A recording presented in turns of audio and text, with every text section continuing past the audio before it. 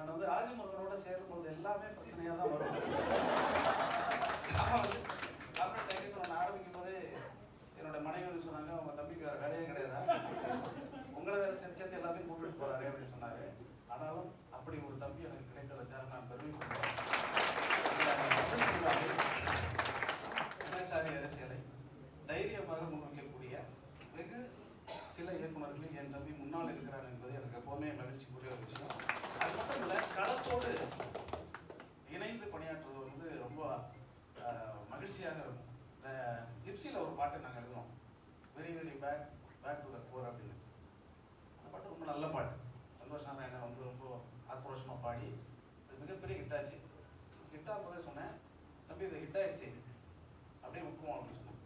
இவங்க ஹிட் ஆனவங்க என்ன பண்ணாங்கன்னா, அந்த நேரத்தில் யாரெல்லாம் களத்தில் இருந்து போராடி இருக்காங்களோ எல்லாரையும் விட்டு ஒரு காணொலியை கரெக்ட் பண்ணி எல்லாரையும் வச்சு ஷூட் பண்ணோம். நான் அப்பவே சொன்னேன், இது ஒரு ஆர்வத்துக்கு அளவெல்லாம் போயிட்டு இருக்கு.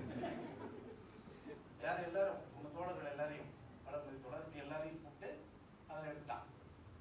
என்னையும் வேற அதில் வச்சுலாம் எடுத்துட்டான். நான் அதை சொன்னேன், அது ரொம்ப நல்லா இருந்ததுன்னு. அதுக்கப்புறம் வந்த பிறகு நல்ல கண்ணு தோழர்லாம் அதில் இருந்தாங்க.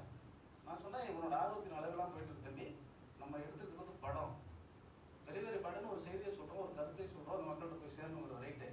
ஆனால் இந்த இடையில நீ பண்ணிட்டு இருக்கேன்னு சொன்னது மாதிரியே சென்சார் அந்த படத்தை அந்த பாட்டை கட் பண்ணாங்க. இது எதற்கு சொல்கிறேன் என்றால், கிடைக்கக்கூடிய சின்ன சின்ன சந்தர்ப்பங்களில் மட்டுமே நம்ம வெளிப்படுத்தக்கூடிய நம்முடைய மௌனத்தை கலைக்கக்கூடிய ஒரு சூழல் இந்த சமூகத்தில் இருக்கிறது.